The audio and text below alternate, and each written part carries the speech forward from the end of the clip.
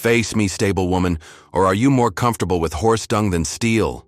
The cruel laughter erupted across the castle's training yard, drowning out the festive music from the Cedar Spear Festival. Maerwynn froze, water bucket in hand, the morning dew still clinging to her worn leather boots. 42 winters had etched lines around her eyes, yet they remained sharp as a hawk's, now fixed on Sir Aldric, golden-haired, wine-flushed, and surrounded by his equally inebriated companions. "Look at her!" jeered one of the younger knights. "She holds that bucket like it's her firstborn." More laughter. Maerwynn set the bucket down carefully on the cobblestones. Her calloused hands, scarred from years of labor, hung loosely at her sides. A strange silence seemed to fall over her portion of the yard, though the festivities continued around them. "I have horses to tend, my lord," she said quietly, her voice low and measured. "The king's destrier needs attention before the tournament." Sir Aldric swaggered forward, ornamental sword glinting in the morning sun. His ceremonial armor had never seen true battle, polished to a mirror shine for the day's festivities. Behind him, noble ladies in fine silks tittered behind jeweled fingers. "The horses can wait," he slurred. "Surely you can provide us with entertainment, unless you fear a bit of sport with your betters?" One of the older knights, Sir Gawain, frowned from the edge of the gathering crowd. "Aldric, enough. Leave the woman to her duties." "Nonsense. Everyone participates in the festival games," Aldric proclaimed, gesturing grandly. "Even the stable filth." Maerwynn's eyes flickered, just once, to the weapons rack near the sparring circle. A motion so brief no one noticed. No one except Sir Gawain, whose weathered face suddenly paled. "If I lose," Maerwynn said quietly, "I return to my duties without complaint. If I win, no man in this court shall ever call me swine woman again." The gathered nobility roared with laughter. A practice sword was tossed at her feet, wooden, cracked, barely more than a hardened branch. Aldric drew his own, the edge catching sunlight, sharp as the pride of the nobles who cheered him on. "Pick it up then, horse tender," he sneered. "Let's see if you can hold something besides a pitchfork." She bent slowly, fingers wrapping around the wooden hilt. Something changed in her posture. Subtle, nearly imperceptible. Her shoulders squared, feet shifting into a stance no stable hand would know. The first move silenced the laughter. Maerwynn sidestepped with such fluid grace that the air hissed. Aldric's confident thrust met nothing but empty space where she had stood a heartbeat before. His momentum carried him forward, off balance. The second move drew gasps. Her practice sword struck precisely at his shoulder joint, finding the gap in his ceremonial armor. Sir Aldric dropped to one knee, face contorted in shock and pain. The third move ended it. Her wooden blade rested against his throat, steady as a mountain, while Aldric knelt before her, gasping like a landed fish, eyes wide with incomprehension. Silence fell across the courtyard. Even the distant music seemed to fade. Who are you?"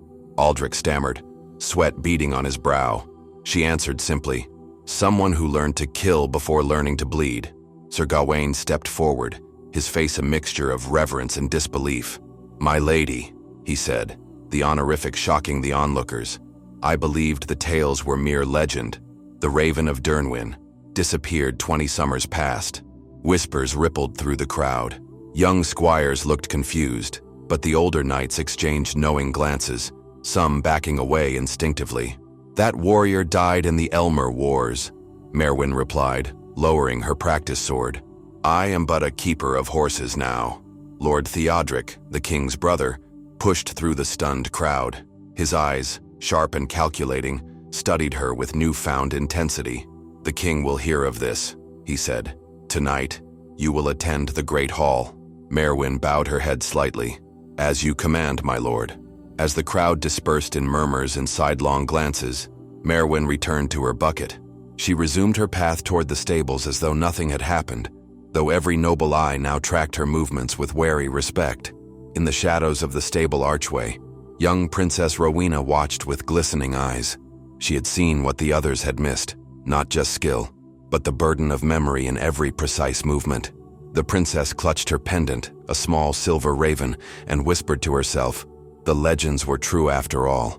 Inside the dark comfort of the stables, surrounded by the familiar smell of hay and leather, Maerwynn leaned against a wooden post. Her hands, steady in combat moments before, now trembled slightly. 20 years of careful anonymity, shattered in a moment of pride. She closed her eyes, remembering battlefields strewn with bodies, the weight of command, the betrayals that had driven her to discard her sword in the river and disappear. The king's destrier nickered softly, pushing his massive head against her shoulder. "Yes, old friend," she whispered, stroking his muzzle. "It seems our quiet days are at an end." The great hall of Dunmere Castle blazed with torchlight, illuminating ancient tapestries depicting battles long past. Maerwynn stood before the massive oak doors, still dressed in her stable clothes, simple wool and leather, stained with honest labor. She had refused the servants' offers of finer garments. "Let them see me as I am," she had said. The herald announced her with uncertainty. "Maerwynn of the Mout stables, my lord." As she entered, conversations hushed. Noble eyes tracked her progress across the polished stone floor. The hall was arranged for an intimate gathering rather than a full court. Lord Theodric, Princess Rowena, several elder knights including Sir Gawain, and at the center, a man Maerwynn had only glimpsed from afar for 20 years, King Cedric of Dunmere. The king studied her with eyes the color of winter sky. "They say you humiliated my finest young knight this morning." Maerwynn kept her gaze level. "I accepted a challenge, your majesty. With a broken practice sword against tempered steel," added Sir Gawain. A servant approached with wine. Maerwynn declined with a subtle gesture. The king motioned to cushions arranged near his chair. "Sit." She hesitated but complied, perching uncomfortably amidst the luxury of velvet and silk. The contrast between her weathered form and the opulence surrounding her could not have been starker. "Tell us your story," Lord Theodric commanded, leaning forward. "No more pretense." Princess Rowena, barely 18 summers old, sat with eager attention, her fingers absently touching the silver raven pendant at her throat. Maerwynn inhaled deeply, the scent of beeswax candles so different from the honest odors of the stable. "I was 15 when I joined the king's army," she began, her voice low but carrying to every corner of the hushed hall. "I bound my chest, cut my hair, and called myself Raven." "A girl child in the Elmere Wars?" scoffed one of the older lords. "Preposterous." King Cedric raised a hand for silence. "Continue."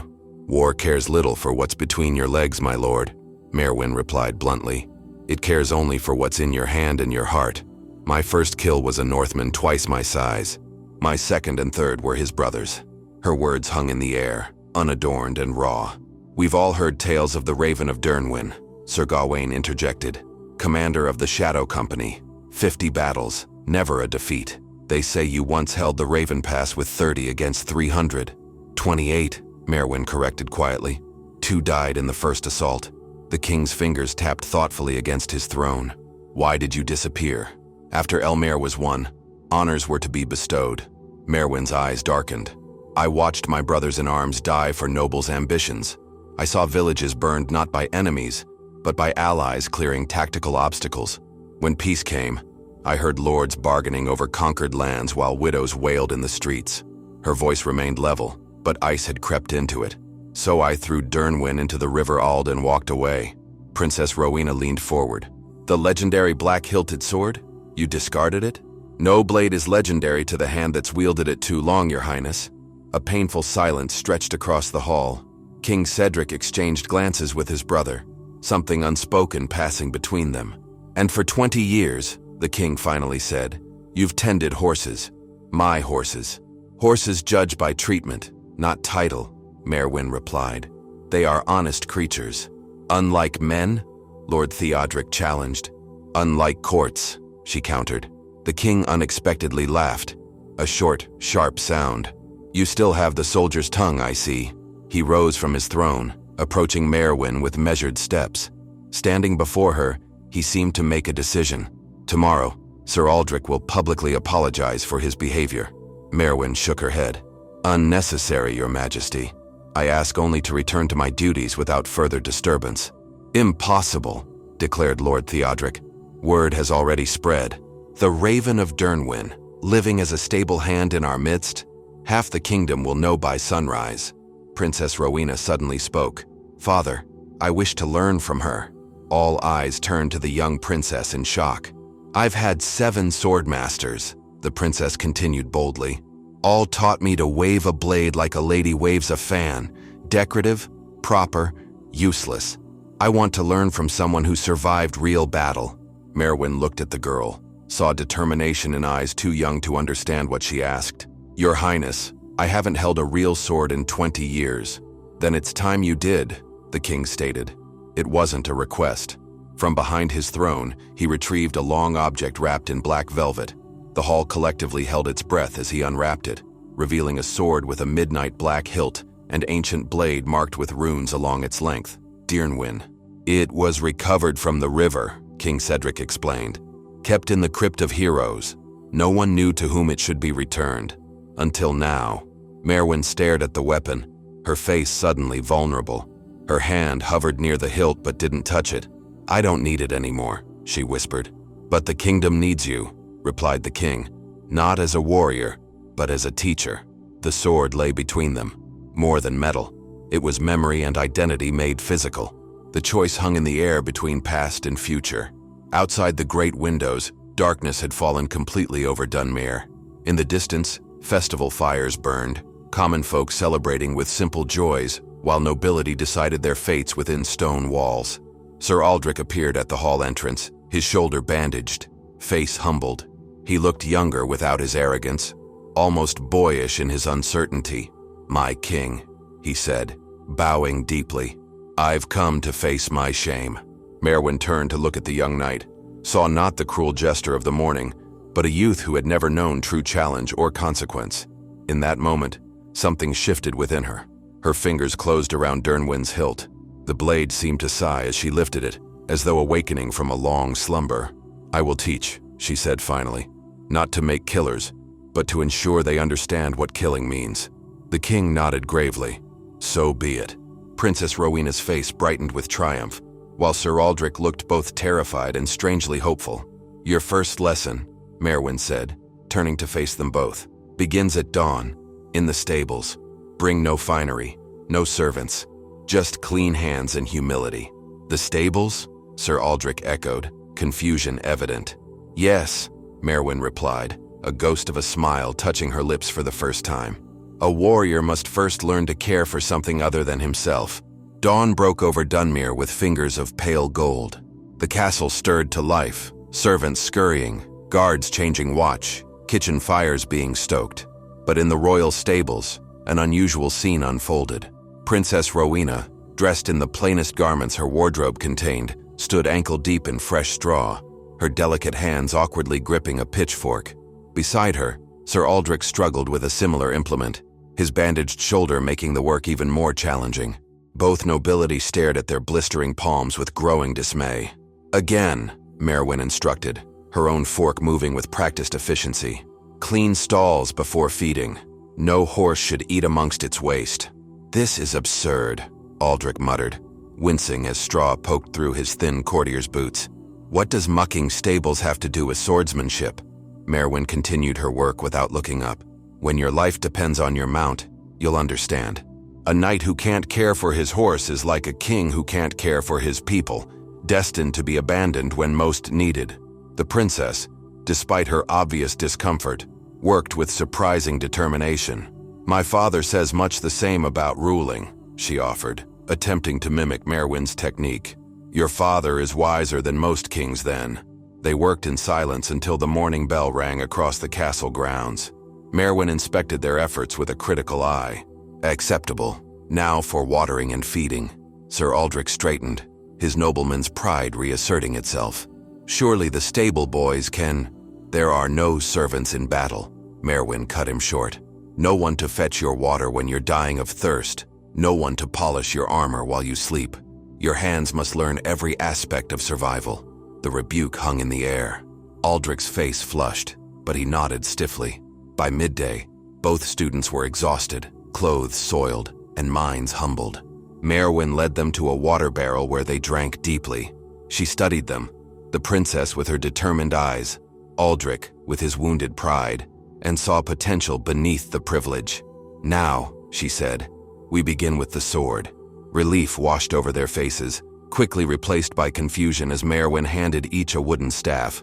But, Aldric began, a warrior who grasps for a sword before understanding his own balance will fall on the first strike, she explained. Stand with feet shoulder-width apart. Feel the earth beneath you. As they practiced basic stances, a small crowd gathered at the stable entrance. Servants, off-duty guards, stable boys, all watching with fascination as royalty trained in the dirt. Whispers spread through the castle. The raven teaches the princess. Sir Aldric kneels in muck for lessons. By afternoon, Lord Theodric appeared at the training ground, his face a mask of barely contained outrage. "This is unseemly," he declared, gesturing at the princess's soiled clothes and dirty face. "Training is one matter, but a royal princess cannot be seen laboring like a common stable hand." Maerwynn faced him squarely. "With respect, my lord, she trains as I trained, as every true warrior must. She is to be a symbol of refinement, not a—" "Father approved this," Princess Rowena interrupted, standing straighter despite her fatigue. "I asked for true teaching, not courtly pretense." The tension between them drew onlookers, including several elder knights who watched with poorly concealed interest. Sir Gawain stepped forward unexpectedly. "Lord Theodric," he said carefully, "I witnessed the Raven in battle at Elmere. If half the court had her discipline, our kingdom would be twice as strong." Theodric's eyes narrowed. "You forget yourself, Sir Knight." "Perhaps we all have," came a new voice. King Cedric approached, having observed unnoticed from the shadows of a nearby archway. The small crowd immediately bowed. The king surveyed the scene, his daughter with hay in her hair, his champion knight humbled beside her, and the legendary warrior standing firm against noble indignation. "Continue," he commanded simply, then turned to his brother. "Walk with me, Theodric. We have much to discuss." As they departed, Maerwynn caught fragments of their conversation. Changing times. Threats from the north. Need warriors, not decorations. The training resumed with renewed intensity. By sunset, when Maerwynn finally released her students, both could hold proper defensive stances and had begun to understand the rhythm of combat footwork. Their bodies ached, but something new shone in their eyes, a spark of genuine accomplishment unrelated to birthright. "Tomorrow," Maerwynn told them, "we rise before dawn." "For more stable work?" Aldric asked, unable to completely hide his dread. "For running," she replied. "A warrior who cannot outpace death has already lost." As they departed, Princess Rowena lingered. "The servants whisper that you once commanded men twice your age," she said. "That you were feared by enemies and respected by allies." Maerwynn busied herself with securing the training staffs. "People create legends to give meaning to chaos. Is that why you hid among the horses? To escape the legend?" Maerwynn paused, then answered with unexpected candor. "I hid because I was tired of death, because I had seen too many bright-eyed youths like you and Sir Aldric lying cold on battlefields, still believing in glory with their last breath." The princess absorbed this, her young face solemn. "Is there no honor in battle, then?" "There is honor in necessity," Maerwynn replied carefully. "In protecting what must be protected, not in bloodshed for its own sake." Later that evening, alone in the stables, Maerwynn unwrapped Dyrnwyn from its velvet covering. The ancient blade caught the lantern light, seeming almost to drink it. She ran a weathered finger along its edge, still sharp after all these years, still hungry. "We were both discarded," she whispered to the sword. "Both pulled from the river when we thought our purpose ended." The distant sounds of the continuing festival filtered through the night. Laughter, music, the celebration of peace by those who had never known war. Maerwynn rewrapped the blade, her decision crystallizing. She would teach them, not just swordplay, but the weight of wielding power. Not just how to fight, but when fighting was justified. If the brewing threats from the north that the king mentioned were real, the next generation of Dunmere would need more than ceremonial champions. They would need warriors who understood the cost of battle before they paid it. A soft knock at the stable door interrupted her thoughts. Sir Aldric stood there, his usual entourage of admiring nobles conspicuously absent. "May I enter?" he asked with unfamiliar humility. Maerwynn nodded, curious. The young knight's hands were raw from the day's labor, his shoulder clearly paining him, yet he stood straighter than he had that morning. "I came to apologize properly," he said. "Not because the king commanded it, but because I was wrong." Maerwynn studied him silently. "I have never," he hesitated, "never been shown my limitations before. It was, uncomfortable. Growth usually is. Aldric looked at the wrapped sword beside her. The tales say Dyrnwyn can cut through armor as though it were parchment, that it sings in battle. All swords sing, Maerwynn replied. Few hear it because they're too busy shouting their own glory. The young knight absorbed this. Will you show me? Tomorrow, I mean. What a real sword can do in trained hands. For the first time since her return to court, Maerwynn felt something unexpected. Hope. Not for glory or recognition, but for understanding. Tomorrow, she agreed. We begin with the dawn. 3 weeks passed in relentless training. Autumn winds swept through Dunmere, turning leaves to gold and crimson as Maerwynn forged her unlikely students into something new. Their daily routine became legend within the castle, running the ramparts before sunrise, stable work that taught patience and care, staff training that built foundation, and finally, as muscles hardened and discipline took root, the first lessons with blunted swords. The change in Sir Aldric was most remarkable. The arrogant youth who had mocked a stablewoman now rose before cockcrow without complaint. His courtly companions drifted away, replaced by a quieter focus. When challenged about his absence from evening revelries, he simply replied, "My training requires rest, not wine." Princess Rowena blossomed differently. Always dutiful, she now carried herself with newfound confidence. Her ladies-in-waiting whispered in scandalized tones about calluses on royal hands, but the princess wore them as proudly as any jewel. On this particular morning, frost rhymed the practice yard as Maerwynn circled her students. Dyrnwyn sheathed at her back. "Today," she announced, "you face each other." The two exchanged glances. For weeks they had trained side by side, but never in direct opposition. "Remember," Maerwynn continued, "in true combat, your opponent is rarely your enemy. They are simply someone whose duty opposes yours. Personal hatred clouds judgment. Clear minds prevail." She stepped back, creating space for them to engage. "Begin." Their practice swords met with restrained power. Aldric, stronger but still favoring his healed shoulder, pressed forward. Rowena, smaller but quicker, circled and deflected. Around them gathered the usual audience, servants pausing in their duties, off-duty guards offering quiet commentary, even several court nobles who had begun to take interest in the unusual training. "Control your breathing," Maerwynn instructed as they exchanged blows. Each strike should flow from the last like water. For several minutes they dueled, neither gaining clear advantage. Then Rowena employed a feint Maerwynn had shown her, causing Aldric to overextend. Her blunted blade touched his chest. "Point," Maerwynn acknowledged. "Well executed, princess." Aldric lowered his sword, his expression not of defeat but appreciation. "I didn't see that coming," he admitted. "Because you watched my eyes, not my feet," Rowena replied, repeating one of Maerwynn's frequent lessons. Their training continued through midday. As they paused for water, a royal messenger approached. "The king requests your presence," he announced, addressing all three. "In the war room." Immediately, they exchanged concerned glances. The war room was rarely used except in times of crisis. After quickly washing and changing into more suitable attire, they were escorted to a chamber deep within the castle. Heavy oak doors opened to reveal King Cedric, Lord Theodric, and the kingdom's senior military commanders gathered around a map-laden table. Tension hung thick in the air. "Ah, good." The king acknowledged their arrival. "Sir Gawain, continue your report." The elder knight gestured to markers positioned on the northern borders of the map. "The raids have increased. 3 villages burned in the past week. Our scouts confirm it's not mere bandits, but organized forces from Northaven." "Northaven?"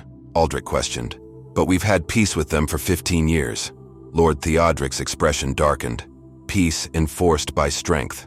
Their new king, Osric the Younger, clearly believes we've grown soft." "How many?" Maerwynn asked, her voice shifting subtly, no longer the stable hand or even the trainer, but the commander she had once been. "At least 200 raiders," Sir Gawain replied, "well armed with cavalry support." The king turned to Maerwynn. "You fought against Northaven in the Elmer Wars. You know their tactics. They strike fast, burn what they can't take, and retreat before organized resistance arrives," she confirmed, studying the map. "Classic Northaven strategy, testing defenses before committing to full invasion." A heavy silence fell across the chamber. "We've dispatched regular forces," the king continued, "but they're 2 days' ride from the border villages. By then," he left the implication hanging. Maerwynn traced potential routes on the map with a practiced finger.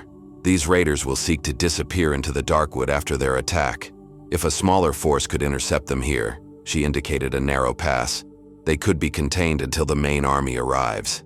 That position would require holding against superior numbers, Lord Theodric observed skeptically. It would, Maerwynn agreed. King Cedric studied her face. Like Raven Pass, he noted. 28 against 300. Their eyes met in silent understanding. I need a small mobile force, Maerwynn said. 30 riders who can reach the pass by tomorrow nightfall. Sir Gawain nodded. I can assemble 20 veterans who'd ride into hell if the Raven led them. I'll go, Aldric declared without hesitation. All eyes turned to him in surprise. Sir Aldric, Lord Theodric protested, you're the champion of Dunmere, needed for the castle's defense. A champion who's never faced real battle is merely decorative, my lord, Aldric replied, echoing Maerwynn's teachings. I've trained for this. The king considered him thoughtfully before nodding. Very well. I too shall... Princess Rowena began. No, Maerwynn interrupted firmly. You're not ready. The princess's face flushed with indignation. I've trained alongside Aldric. I bested him today. In controlled practice, Maerwynn countered. Battle is chaos, blood, and terror. It's watching friends die while forcing yourself to continue. It's making choices that haunt your dreams for decades after. Her voice remained steady, but her eyes held shadows. You're not ready. King Cedric placed a gentle hand on his daughter's shoulder. The kingdom needs you here, Rowena. If the worst should happen, you are Dunmere's future. The princess subsided, though rebellion still simmered in her gaze. Plans were swiftly made. Horses prepared, supplies gathered, weapons sharpened. Word spread through the castle that the Raven of Dyrnwyn would fly again, and volunteers flocked to join the mission, more than could be accommodated. As dusk approached, Maerwynn stood in the armory, methodically checking equipment. For the first time in 20 years, she wore leather armor, the weight both familiar and strange upon her shoulders. Dyrnwyn hung at her side, no longer wrapped in velvet but exposed to the air, ready for what might come. Princess Rowena found her there, carrying a small wooden box. A gift, she said, placing it before Maerwynn. If you won't take me, at least take this. Inside lay a silver pendant, a raven in flight, identical to the one the princess wore. It was made from tales of you, Rowena explained. My nurse told me stories of the Raven of Dyrnwyn when I was small. I never imagined meeting the legend in flesh. Maerwynn lifted the pendant, unexpected emotion tightening her throat. Legends are often disappointing in reality, Your Highness. Not this one, Rowena replied firmly. Teach Sir Aldric what he needs to survive. Bring him home. Maerwynn heard the unspoken sentiment beneath those words. You care for him. The princess neither confirmed nor denied, simply saying, Dunmere needs all its defenders. As Maerwynn fastened the pendant around her neck, Lord Theodric entered the armory. He dismissed Rowena with a gesture, then approached Maerwynn with measured steps. My brother believes in you, he said without preamble. He thinks the legend can save us again. I'm flesh and bone, my lord. No more. Precisely my concern. His voice lowered. You've hidden among horses for 20 years. War changes while warriors rest. If your judgment falters, if your skills have dulled with age, it won't just be you who pays the price. Maerwynn met his gaze directly. Your concern is noted, Lord Theodric. Is it? He leaned closer. I've watched you train them, Aldric and my niece. You've taught them to question authority, to value substance over ceremony. Such ideas can be destabilizing. Truth often is. A subtle smile touched his lips. Indeed. Return victorious, Raven. But remember where your loyalties must lie. The implied threat hung between them as he departed. At midnight, 30 riders assembled in the castle courtyard, Sir Aldric among them, resplendent in practical battle armor rather than ceremonial finery. The young knight's face was solemn, determined. No trace remained of the frivolous youth who had mocked a stable woman mere weeks before. King Cedric addressed them briefly. You ride not just to defend our borders, but to send a message to Northaven. Dunmere is not weak. Dunmere remembers how to fight. Maerwynn mounted her steed, the king's own war stallion, offered without her asking. As she adjusted her position, the familiar weight of Dyrnwyn at her hip, she caught sight of Princess Rowena watching from a tower window, her silhouette rigid with unexpressed emotion. Ride out, Maerwynn commanded, her voice carrying across the courtyard with the authority of bygone days. The gates opened. 30 riders thundered into the night, Maerwynn at their head, the silver raven pendant catching moonlight at her throat. Behind them, Dunmere Castle stood silent, its occupants wondering if they would return, or if the raven, once again drawn from hiding, would vanish forever after battle's end. Dawn broke blood-red over Ravenstone Pass, the narrow defile between sheer cliffs where Maerwynn had positioned her small force. A light mist clung to the earth, shrouding their preparations in ghostly half-light. They had ridden through the night, pushing their mounts to the limit, arriving with mere hours to prepare their ambush. Like threading a needle, Sir Gawain had remarked upon seeing the pass. If they come this way, they will, Maerwynn had replied with certainty. It's the only route that allows them to transport plunder and still reach Northaven territory by nightfall. Now, as the sun's first rays penetrated the mist, her veterans took positions on the high ground overlooking the pass. Archers hidden among rocks, horsemen concealed in a small copse ready to block retreat. At the center of her strategy stood Sir Aldric, commanding 10 knights at the narrowest point of the pass. Maerwynn moved among her forces, checking positions, offering quiet words of confidence. When she reached Aldric, she found him staring intently down the empty path, his knuckles white around his sword hilt. "Breathe," she reminded him. "Fear is natural before battle. Control it, use it, never deny it." He nodded, forcing deep breaths. "I've trained my whole life for combat, yet now that it's here, that's wisdom speaking," she replied. "Only fools feel no trepidation before blood is shed. What if I fail?" The question emerged barely above a whisper. Maerwynn studied him, no longer the arrogant youth who had mocked her, but not yet the battle-tested warrior he might become. "Remember your training. Trust your instincts. Protect the man beside you. The rest follows." A scout's whistle cut through the morning air. The signal. Riders approached. "They come," Maerwynn said simply. 20 minutes, perhaps less. She clasped Aldric's shoulder briefly, before mounting her steed and taking position on the ridge where she could oversee the engagement. Dyrnwyn hung ready at her side, still sheathed, waiting. The Northaven raiders appeared gradually. First their forward scouts, then the main body of riders, followed by wagons laden with plunder. At their center rode a massive figure in ornate armor, bearing the wolf insignia of Northaven's royal house. Prince Ragnar himself, Sir Gawain breathed beside her. Osric's brother, Maerwynn counted rapidly. "Over 200, as you said. We are outnumbered 7 to 1. "Favorable odds," the old knight replied with grim humor. "At Raven Pass you faced 10 to 1. I was younger then," she murmured, "and more willing to die." The raiders proceeded deeper into the pass, unaware of the trap closing around them. Maerwynn waited until their lead riders had reached the narrowest point before giving the signal. 3 sharp whistles that echoed between the stone walls. The battle erupted in controlled chaos. Archers loosed their first volley, creating instant confusion among the raiders. Sir Aldric's knights surged forward, blocking the path ahead while concealed horsemen emerged to seal the rear. The clash of steel, the screams of men and horses, the acrid smell of blood and fear, all of it washed over Maerwynn in a terrible wave of familiarity. For a heartbeat, she was frozen by memory, by the weight of past battles pressing upon her. Then Prince Ragnar's voice boomed across the battlefield. "It's a trap!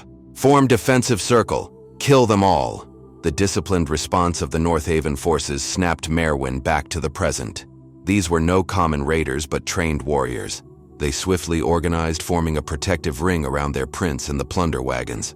Sir Aldric's position came under intense pressure as Northaven's elite guards focused their attack on the forward blockade. Maerwynn saw him fighting with skill beyond his years, applying her teachings with natural grace, but the sheer numbers threatened to overwhelm his knights. "Now we join," she told Sir Gawain, drawing Dyrnwyn from its sheath. The ancient blade seemed to vibrate in her hand, eager after decades of rest. As sunlight touched its edge, the metal gleamed with an inner fire that those nearby couldn't help but notice. "The Raven rides!" Sir Gawain shouted as they charged down from the ridge.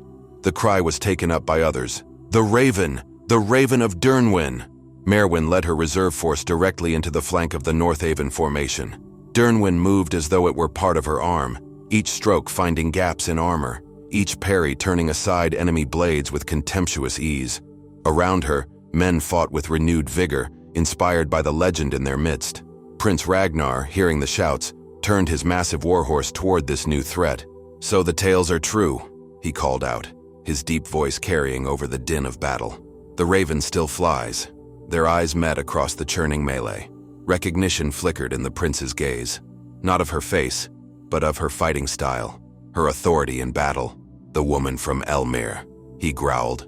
"The one who killed my father." Maerwynn had not known. In war, one death blurred into the next, royalty and commoners alike falling to the same steel. "I've killed many men," she replied evenly. "Most deserved life more than those who sent them to die." With a roar of rage, Prince Ragnar spurred his mount forward, his massive battle axe raised high. Maerwynn met his charge, Dyrnwyn singing through the air.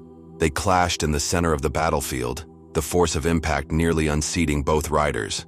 Around them, the fighting seemed to pause, all eyes drawn to the duel between legends, the Raven of Dyrnwyn and the Wolf Prince of Northaven. Ragnar's strength was fearsome, each blow of his axe threatening to shatter bone. But Maerwynn fought with the accumulated wisdom of countless battles, conserving energy, reading his patterns, allowing his fury to exhaust itself. Sir Aldric, having stabilized the forward position, fought his way toward them. "Maerwynn!" he called out in warning as 3 Northaven riders moved to flank her. She acknowledged with the briefest nod, all while maintaining her deadly dance with Ragnar. When the flanking riders attacked, she was ready, dropping low in her saddle, allowing 2 attackers to collide above her before dispatching the third with a precise thrust. The momentary distraction cost her. Ragnar's axe caught her armor, tearing through leather to bite flesh beneath. Pain flared along her ribs, but decades of discipline kept her expression unchanged, her focus unbroken. Sir Aldric reached them, engaging one of Ragnar's guards to prevent further interference. His swordsmanship showed the fruits of Maerwynn's training, economical, precise, lethal. The young knight who had once been all flash and ceremony now fought with ruthless efficiency. "Your student?" Ragnar sneered, noticing their similar fighting styles. "A reminder," Maerwynn replied, pressing her attack despite her injury, "that what we teach outlives us." Their duel intensified, neither gaining clear advantage. Blood seeped from Maerwynn's wound, but determination kept her upright, kept Dyrnwyn flashing in deadly arcs. Around them, the tide of battle had turned. The Dunmere forces, though outnumbered, held superior position and fought with the desperation of those defending home. In a moment of perfect clarity, Maerwynn saw the path to victory, not through Ragnar's death, but through his capture. A living prince would be leverage against Northaven, preventing further raids more effectively than a martyr's legacy. She changed tactics, focusing on disabling rather than killing. A precise strike knocked Ragnar's helmet aside. Another cut the straps of his armor at the shoulder. A third, carefully timed as he raised his axe, sliced through his weapon hand. The prince roared in pain as his axe and severed hand fell to the bloody ground. Before he could recover, Maerwynn had Dyrnwyn at his throat. "Yield!" she commanded, her voice carrying to all corners of the battlefield. Ragnar's eyes burned with hatred. For a moment, it seemed he might choose death over surrender. Then, assessing the battle around him, seeing his forces surrounded and falling, he made the soldier's choice. "I yield," he growled. The words rippled across the battlefield. Northaven warriors, seeing their prince captive, began lowering weapons. Within minutes, the fighting had ceased entirely. Sir Gawain approached, blood streaming from a cut above his eye but otherwise intact. "Casualties?" Maerwynn asked him. 8 of ours dead, 14 wounded. The king's reinforcements should arrive by nightfall." She nodded, the motion sending fresh pain through her injured side. "Secure the prisoners. Treat their wounded alongside ours." Sir Aldric dismounted beside her, his armor dented and bloodied but his eyes clear. "You're injured," he observed, noticing her pallor. "A scratch," she dismissed, though they both knew it was more. As adrenaline ebbed, the wound made itself increasingly known, her vision swimming at the edges. Aldric steadied her as she swayed in the saddle. "A victory worthy of the Raven's legend," he said quietly. Maerwynn looked across the battlefield, at the dead and wounded on both sides, at the villages saved by their intervention, at the young knight who had begun as her tormentor, and fought now at her side. "There is no glory in this," she told him softly. "Only necessity." "I understand that now," he replied, and looking into his eyes, she saw that he truly did. As the sun climbed higher, burning away the morning mist, riders appeared on the horizon, the main force from Dunmere Castle, arriving to secure their victory. At their head rode an unexpected figure. "Is that?" Sir Gawain squinted against the sunlight. Princess Rowena galloped toward them, accompanied by royal guards and a wagon train of medical supplies. She reined in her mount before them, her expression a complex mixture of relief, determination, and defiance. "Before you speak," she addressed Maerwynn, "I came with my father's blessing. When word reached us of Northaven's numbers, he knew you would need healers and supplies." Maerwynn, too weary to argue, simply nodded. "Your timing is fortunate, Your Highness." Rowena dismounted, immediately assessing Maerwynn's wound with practiced eyes. "You taught me more than swordplay these past weeks," she explained, motioning for her assistants to bring bandages. "I've been studying with the court physician as well." As the princess tended to her injury with surprising skill, Maerwynn observed the battlefield's aftermath. Sir Aldric supervised the prisoners with firm but honorable treatment. The wounded received care regardless of which side they had fought for. Young knights who had never seen real combat now bore its mark in their eyes. Older, sadder, wiser. Prince Ragnar, his arm roughly bandaged, sat under guard, watching her with a mixture of hatred and reluctant respect. "What now, Raven?" he called out. "Do you return me to Dunmere in chains?" "You will face the king's justice," she replied, "but you will be treated with the honor due your rank." "And when your king demands my head?" Maerwynn met his gaze steadily. "Then I will counsel mercy. Dead princes birth vendettas. Living ones can forge peace." By evening, the king himself arrived with the remainder of Dunmere's forces. King Cedric surveyed the battlefield, speaking personally with wounded soldiers from both sides before approaching Maerwynn. "Once again, the kingdom stands in your debt," he said formally, though warmth underlay his words. Maerwynn, now properly bandaged but still pale from blood loss, attempted to rise from her seat beside the healer's wagon. The king waved her back down. "You've done enough standing for one day," he said. "Sir Aldric has given me a full account of the battle. It seems your training bore fruit earlier than expected." "He fought with honor and skill," she acknowledged. "They all did." The king nodded thoughtfully. "And my daughter? I noticed she disobeyed your instruction to remain at the castle. She arrived after the fighting, Your Majesty, and brought much-needed medical knowledge." A smile touched the king's weathered face. "So formal even now?" "We were friends once, Maerwynn, before you threw your sword in the river and disappeared." The unexpected personal note caught her off guard. "Much has changed since then, my king." "Indeed." He glanced toward where Princess Rowena worked alongside other healers, her royal status forgotten as she bandaged wounds and offered comfort. Nearby, Sir Aldric assisted, having exchanged his bloodied armor for a healer's apron. "What will you do now?" King Cedric asked. "Return to the stables?" Maerwynn's hand unconsciously touched Dyrnwyn, sheathed again at her side. "I think not," she admitted. "Some doors, once reopened, cannot be closed again." The king seemed pleased by this answer. "When we return to Dunmere, I would speak with you about a more formal role. Not as a warrior, though clearly you haven't lost your edge, but as teacher, master of arms perhaps. And what of Prince Ragnar? We will negotiate. As you wisely counseled my daughter, a living enemy can become an ally. A dead one breeds only more enemies." Maerwynn nodded, satisfied. "Then I accept, Your Majesty." As twilight settled over Ravenstone Pass, campfires bloomed across the makeshift encampment. The wounded rested as comfortably as field conditions allowed. Guards maintained vigilant watch, but the immediate danger had passed. Sir Aldric found Maerwynn sitting alone near a small fire, Dyrnwyn across her knees as she carefully cleaned the ancient blade. "May I join you?" he asked. She gestured to the space beside her. For a time, they sat in companionable silence, the crackling fire and distant murmurs of the camp the only sounds. "I never thanked you," Aldric finally said, "for teaching me what real strength means." Maerwynn continued her methodical cleaning of the sword. "You were an apt pupil, once your ears opened." "I was an arrogant fool," he corrected with a self-deprecating smile. "I thought strength came from birth and title. And now?" He considered before answering. "Now I believe it comes from service, from protecting those who cannot protect themselves." His gaze drifted to where Princess Rowena still moved among the wounded, tireless despite the late hour. From recognizing worth beyond appearance or station, Maerwynn followed his gaze, noting the softness that entered his expression when he looked at the princess. "A worthy lesson," she acknowledged. "Will you continue to teach us?" he asked. "The princess and me? I will teach any who truly wish to learn," she replied. "Though I suspect you may soon have more interest in learning from the princess than from an old war raven."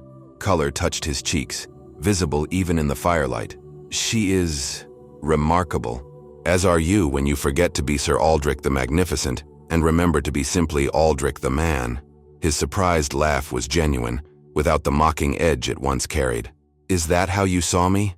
Sir Aldric the Magnificent?" "Sir Aldric the Insufferable more often," she replied dryly. "But people change when given reason and opportunity."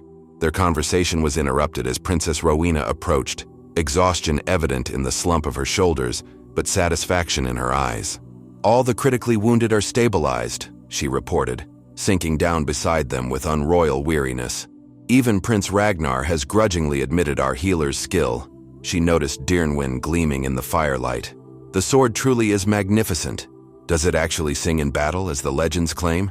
Maerwynn ran her finger along the blade's edge. "All weapons speak to those who listen. This one," she paused, seeking words for something beyond easy explanation. "This one remembers all it has witnessed, all it has done. Sometimes that memory feels like song, sometimes like sorrow." The three fell silent, watching flames dance against the darkening sky. Around them, Dunmere soldiers rested, secure in victory. In the distance, mountains stood sentinel over the pass, unchanging witnesses to the day's events. "What happens tomorrow?" Rowena asked softly. Maerwynn resheathed Dyrnwyn with practiced care. "Tomorrow we return to Dunmere. We negotiate peace with Northaven. We heal our wounds, those visible and those hidden deeper. And we continue training," Aldric added with certainty. "Yes," Maerwynn agreed, feeling the pull of her injured side, but also a deeper, more persistent pull. The call of purpose rediscovered. "We continue training, because there will always be another battle, another challenge. And Dunmere must be ready." "Not just Dunmere," Rowena said, her royal heritage evident in her tone despite her disheveled appearance. "Its people, all its people, from castle to village." Maerwynn studied her two students in the flickering light, the princess with hands stained by healing, the knight with his newfound humility. Something had been forged between them in these weeks of training and this day of battle, something that might yet reshape the kingdom in ways no sword could accomplish. "All its people," she echoed in agreement, looking up at stars emerging in the night sky, the same stars that had witnessed her greatest victories and darkest moments, now illuminating this unexpected new chapter. In the morning, they would ride for Dunmere Castle, carrying their wounded, their prisoners, and their changed selves. The stable hand who had hidden from her past for 20 years would return as master of arms. The arrogant knight who had mocked her would ride as her proven student. The princess who had sought merely to learn swordplay would continue discovering her own unexpected strengths. And Dyrnwyn, the sword of legend, would hang not in a crypt of heroes, nor lie forgotten in a river's depths, but would stand ready, not for glory or vengeance, but for necessity, for protection, for teaching the hard-earned wisdom that true strength lies not in domination, but in service. For in the end, as Maerwynn had learned through blood and years, the greatest battles are not won by those who never fall, but by those who rise again with deeper understanding of why they fight at all. As kingdoms rise and fall, as crowns pass from hand to hand, it is this understanding that endures, passed from teacher to student, from generation to generation, from legend into living truth. The raven had returned to Dunmere, not as a harbinger of death this time, but as a messenger of transformation. And in the quiet dark of that victorious night, as her students drifted to sleep beside the dying fire, Maerwynn of Dyrnwyn finally made peace with both her past and her future. Beyond the battlefield, beyond the stables, beyond even the legends that bore her name, she had found her truest purpose: to forge not warriors, but protectors, not glory seekers, but servants of something greater than themselves. In the still hearts of castles and the quiet corners of villages, the same truth echoes through the ages. True nobility isn't inherited through bloodlines, but earned through courage and compassion. If this medieval tale has awakened in you the certainty that every stable hand may carry the soul of a legend, then share this journey. In our realm of stories, Every unexpected encounter can transform destinies. Join us for more adventures where the impossible becomes legend. Until the next battle, and remember, even the humblest servant may wield the greatest honor.